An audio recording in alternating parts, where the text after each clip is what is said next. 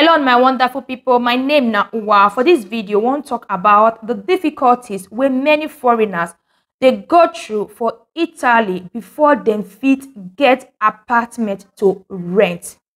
Foreigners, they get foreigners, my people. Foreigners with this kind of skin color where I get so. So if you get this kind of skin color for Italy, for you to get apartment for this country, it's very difficult. Some people think or some people believe say not only Nigerians they get this problem for Italy. But when I go check Italian news, their article, I come find out say other nationalities they we get this kind of color where we get so where they go through this problem for Italy. So according to Italian article, other nationalities will get this kind of problem. According to some of our followers, we say they get this kind of problem. So according to Italian news, you get one lady will be from Burkina Faso, but she be Italian citizen. According to news, this lady find work for Cesena. So she couldn't look for apartment. So she can't find apartment online. So she can't call the agent.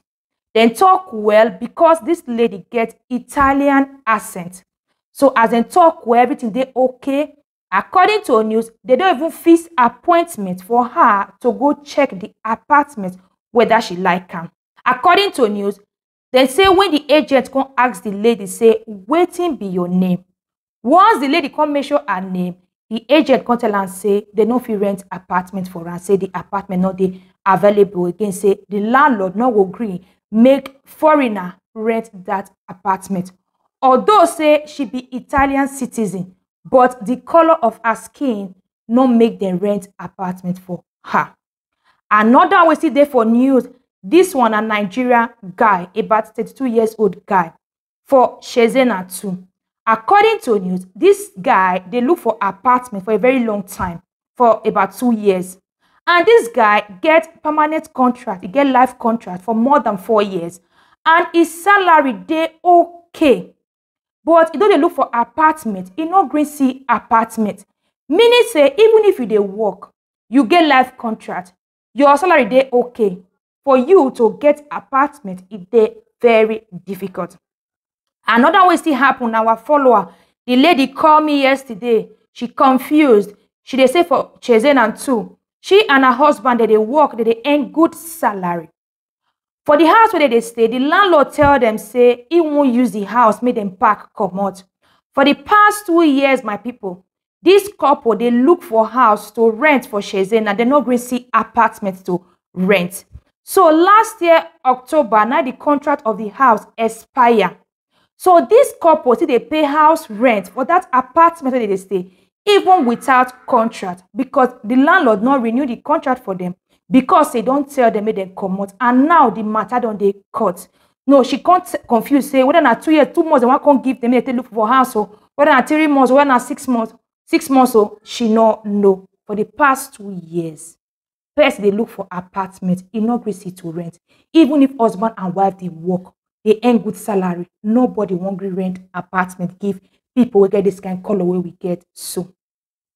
Other people they will be say get the same experience. You get one way call me, I think he say they Modena so. I think is that Modena or Ravenna now talk.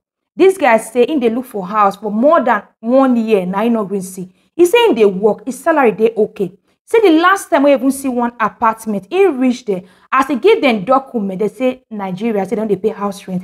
They not give a house again. So you can't they stay one room with a friend. You can't see Italy nowadays. Husband and wife with children with their one room because they don't see apartment.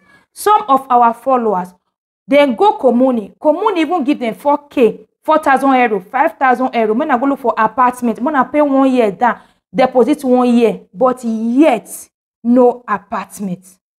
I beg my people, if you get apartment now where they stay, make una try una best, respect the rules and regulations.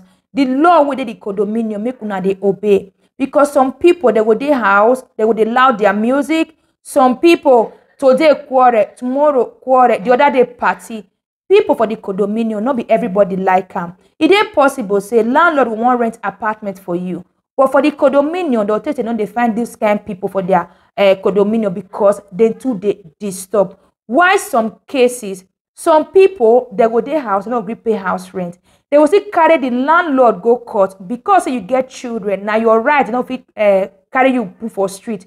You go their house 2 years, 1 year, you know, will pay house rent. And court will come give them time to take look for apartment. For that 1 year, 6 months, 2 years, if they did that house, they look for another apartment. Some they don't go pay the house rent again. And the landlord will get the house, will say they pay tax, give government. Why you dey a house, you know go pay house rent. Make we try, make we dey obey the rules and regulations. Make we try, make we dey pay our house rent. Because all these things wey be say people they go through for Italy, so now waiting other people don't do in the past, now can they affect many people. Because landlords they fear say if they rent apartment for this person, either not pay house rent or today quarrel, tomorrow quarrel, the other day they call them.